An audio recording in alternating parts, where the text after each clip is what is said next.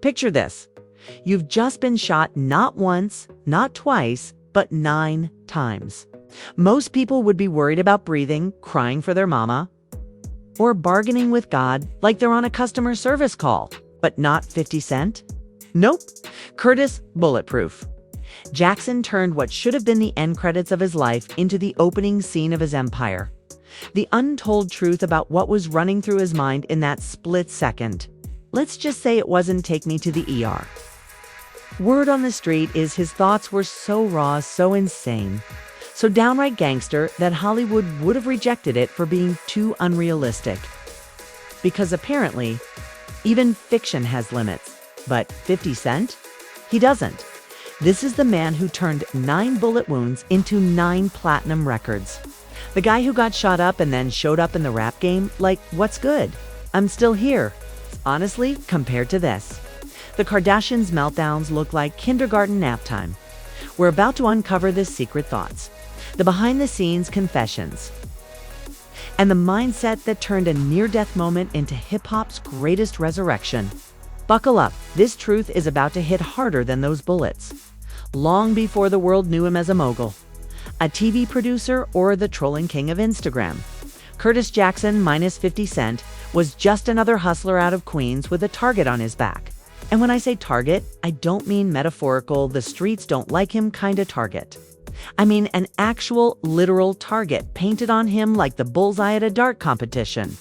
And one fateful day in 2000, that target got lit up with 9 bullets. Now, if you're not familiar with the details, let me break it down like your favorite messy aunt who can't keep a family secret. It wasn't some Hollywood movie stunt. It wasn't a music video concept gone wrong. It was real, raw, and ugly. 50 Cent pulled out of his grandmother's driveway in Jamaica. Queen's probably thinking about studio sessions, cash, stacks, or maybe just lunch, and bam! An assassin rolled up like it was GTA and unleashed 9 shots into his body. Face, arm, hand, legs. Just like the shooter was trying to collect loyalty card points at Starbucks. For most people, that would have been the final curtain. 9 bullets.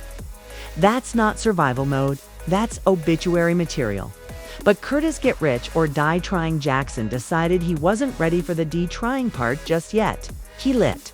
And not only did he live, he came out swinging harder than ever. But here's where the story gets wild, because people have always wondered, what the hell was going through 50's mind in those moments? Was it fear? Was it regret? Was it Jesus? Take the wheel. Nope, according to insiders and interviews. What ran through his head was so savage, so cold, and so absurdly gangster. It makes other rappers' struggle stories look like bedtime lullabies. Reports say the first thought wasn't even about the pain. It was about survival and legacy. The man was bleeding out, but instead of panicking, he's allegedly thinking, if this don't kill me, it'll make me unstoppable. Imagine that. You're laid out like a crime scene chalk drawing, and your brain is already working on your comeback mixtape. That's not mindset. That's supervillain origin story energy.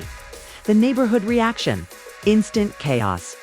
Queens lit up with whispers like it was a live Twitter space before Twitter even existed.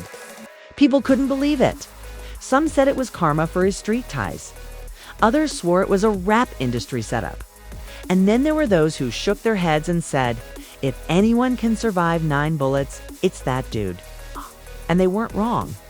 50 Cent became urban legend before his debut album even dropped. The guy was still healing when mixtapes started circulating with his voice on them. Fans treated him like a walking ghost story. He didn't just have credibility, he had invincibility.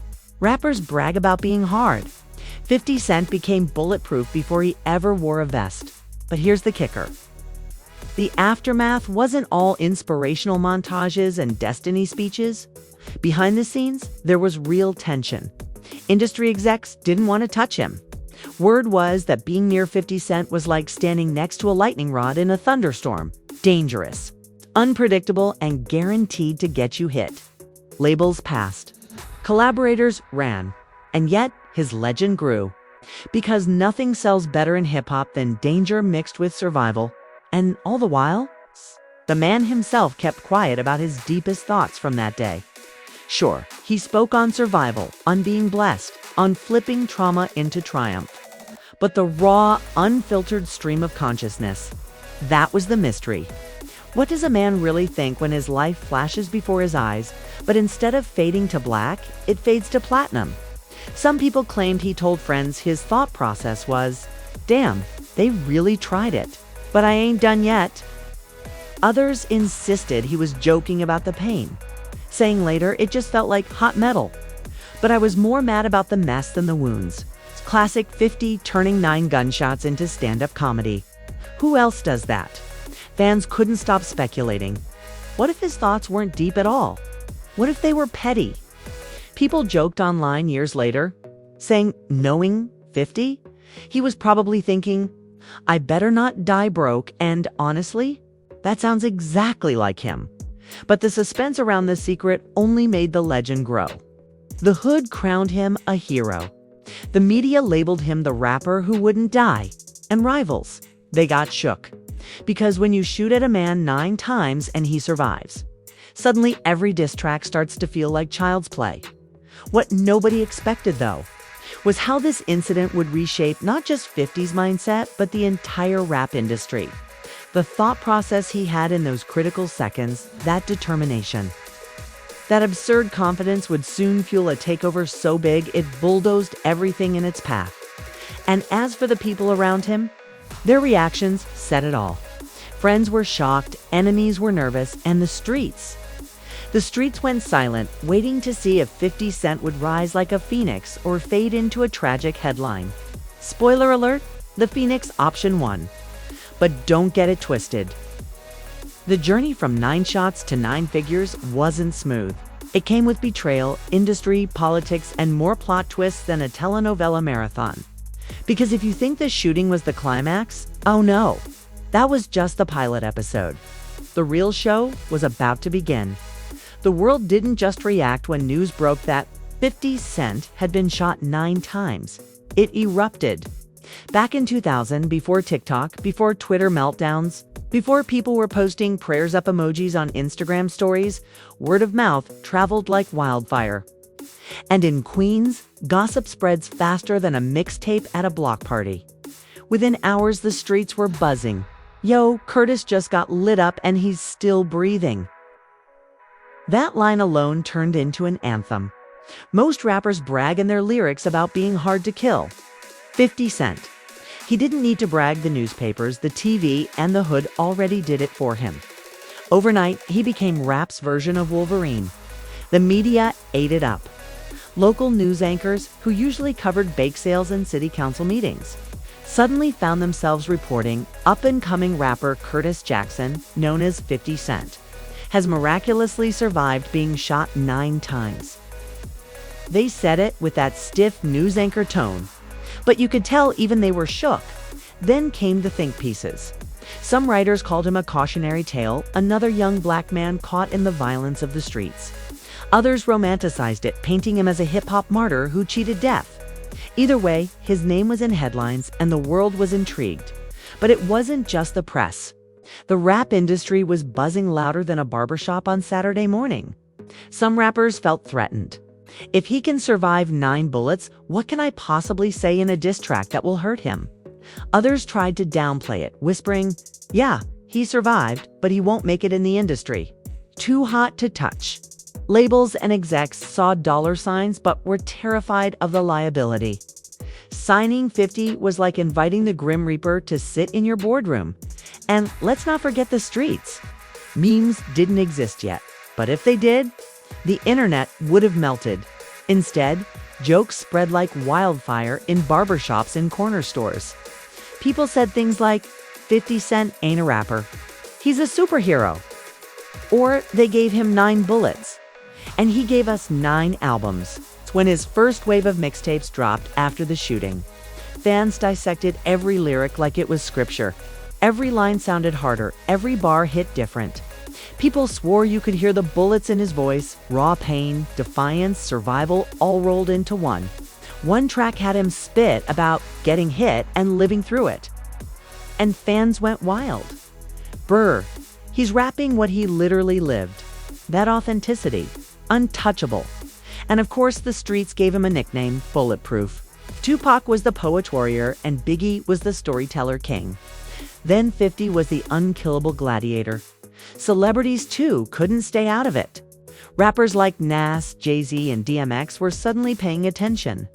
Even Eminem, who would later become a pivotal figure in 50's career, reportedly told people, "This dude is different." And when M says, "You're different," that's like Zeus himself acknowledging you from Mount Olympus. But let's not sugarcoat it. Not everyone was celebrating. Plenty of people were nervous. Industry insiders whispered that 50's beefs were too real. It's too dangerous, too likely to drag everyone into crossfire. Some people wanted him blackballed, and for a while, he actually was. Labels didn't want to sign him. Shows didn't want to book him. He was radioactive. But the irony.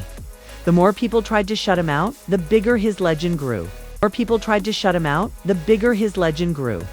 Meanwhile, fans were obsessed with the unanswered question: what was going through his head when those bullets hit? This curiosity became its own underground mythology. Some said he had visions of his son and family. Others swore he told a friend later that all he thought about was money. And honestly, knowing 50 both could be true.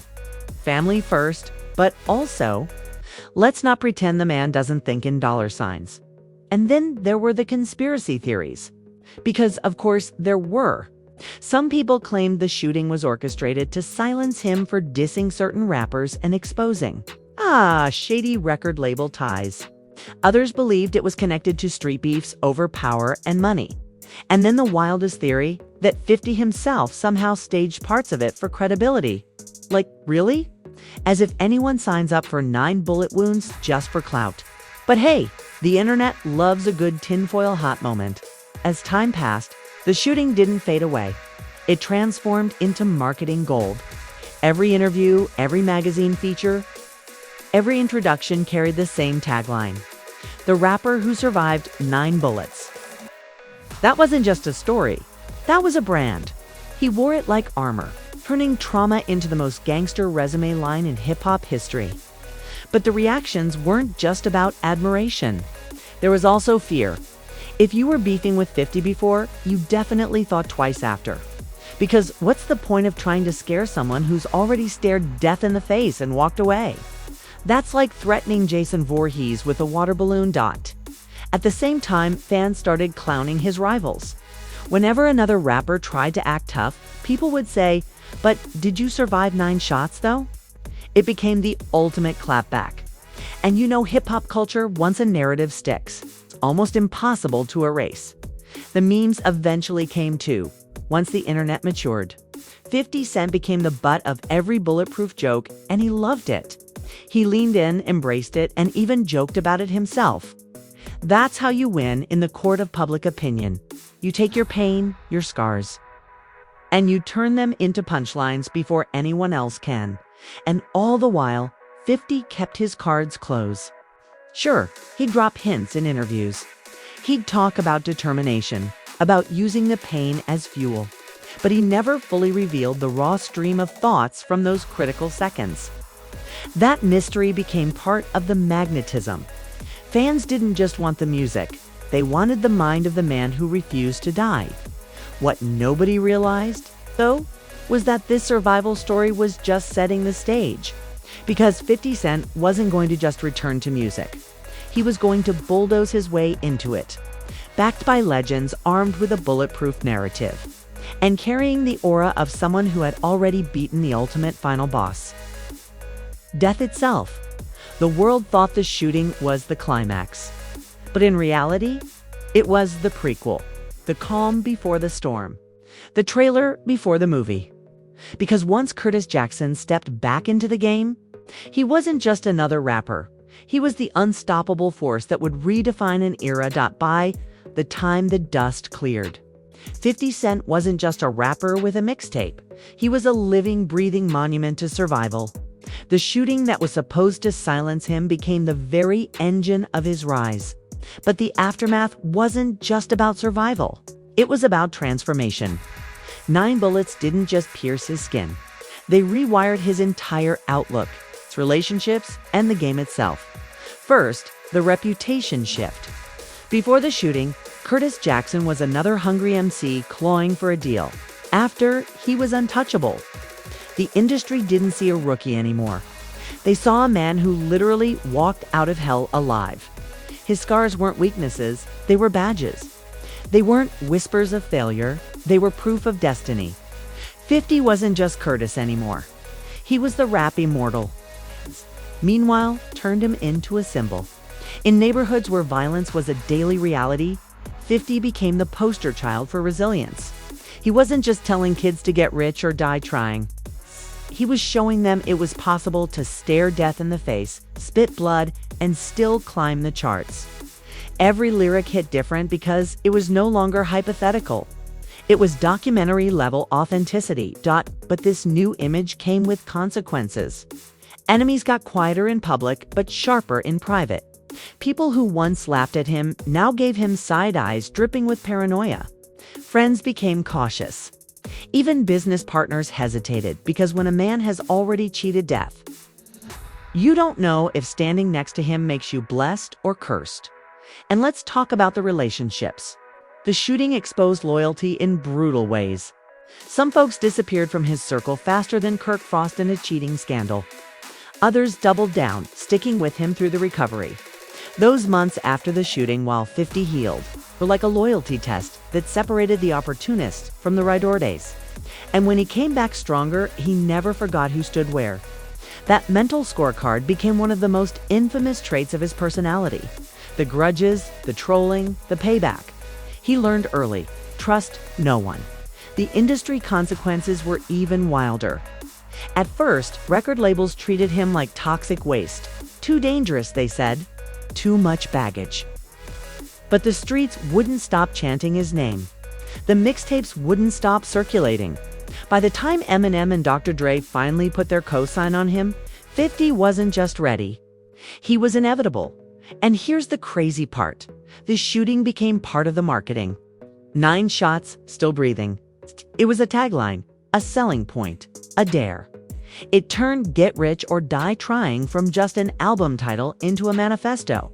The story wasn't just in the music. It was in the man himself. Every interview, every cover photo, every beat drop echoed with the legend of survival. The cultural impact went beyond hip-hop. 50 Cent became a global headline. Middle America, who never touched a mixtape, now knew his story. Magazines painted him as the gangster phoenix who rose from bullets to billions. For the mainstream audience, he was part shock, part inspiration. For the streets, he was validation, proof that the system, the odds, and even death couldn't hold back the grind. And the thoughts that supposedly ran through his head during the shooting, they became folklore.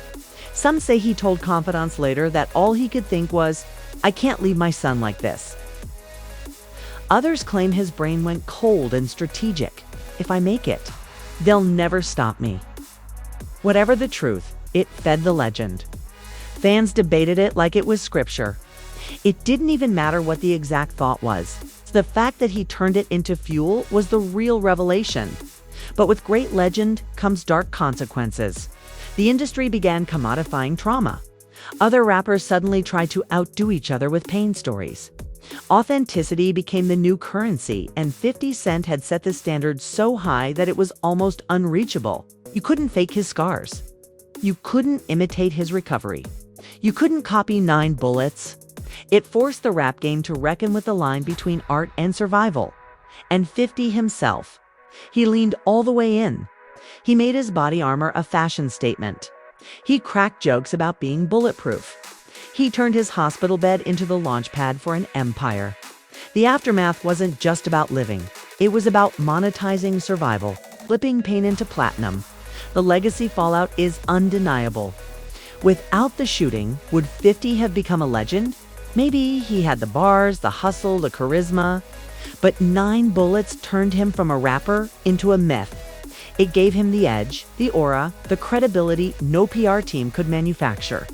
In hip-hop, where every line is measured by authenticity. 50's story was bulletproof because it literally had bullets in it. But there's also a haunting shadow. Because every time the story is told, you're reminded that this wasn't just a movie plot. It was real blood, real pain, real scars. The fact that it's now part of entertainment, part of his brand, is both inspiring and tragic. 50 turned trauma into triumph, but only because he had no other choice, and the cliffhanger. To this day, the full, unfiltered truth of what went through his mind in those critical seconds remains partly hidden. He's given us hints, he's cracked jokes, he's told stories, but the raw, naked stream of consciousness, that's something he keeps close. Maybe it's too dark. Maybe it's too personal. Or maybe, just maybe, he knows that mystery fuels the legend more than any answer ever could. Because if he ever said it outright, the myth would die. And if there's one thing 50 Cent has proven, it's that he refuses to die. Not to bullets, not to haters, not to the industry, so we're left with a story that's equal parts tragedy, miracle, and empire building. A story that still makes the Kardashians look like Sesame Street. A story that shows how 9 bullets didn't just fail to kill him, they created him. So there you have it. To 50 Cent didn't just survive 9 bullets. He turned them into 9 business empires, 9 platinum plaques, and 9 reasons the entire rap industry still gets nervous whenever he opens his mouth. Let's be real. Most people get a paper cut and start rethinking life. Curtis Jackson took a drive-by, walked it off, and came back harder than a Netflix villain in season 2. Now here's where you come in. If you just sat through this breakdown of hip-hop's ultimate resurrection story and didn't smash that like button, what are you even doing? Hit it like you're firing 9 shots at the algorithm. Drop a comment with your wildest take. What do you think was really going through 50's head? Legacy? Family? Or was he plotting vitamin water before the ambulance even showed up? Plotting vitamin water before the ambulance even showed up? And don't forget to subscribe. Because scandals don't take vacations, and neither do we. Tomorrow, it could be Diddy in the headlines, Cardi in chaos, or Kanye declaring war on gravity. And the second it happens, you already know Truth Tattle will drag it into the light with more sarcasm than Twitter and more exaggeration than a Love and Hip Hop reunion. So turn that notification bell on, not politely, but aggressively. Ring it like you just found out your ex owes you money. Because in this house, we don't just sip tea. We spill the whole pot, set the table on fire, and invite the neighbors. This has been Truth Tattle, where bullets, beefs, and betrayals turn into binge-worthy breakdowns. Stick around, because the next scandal is already loading.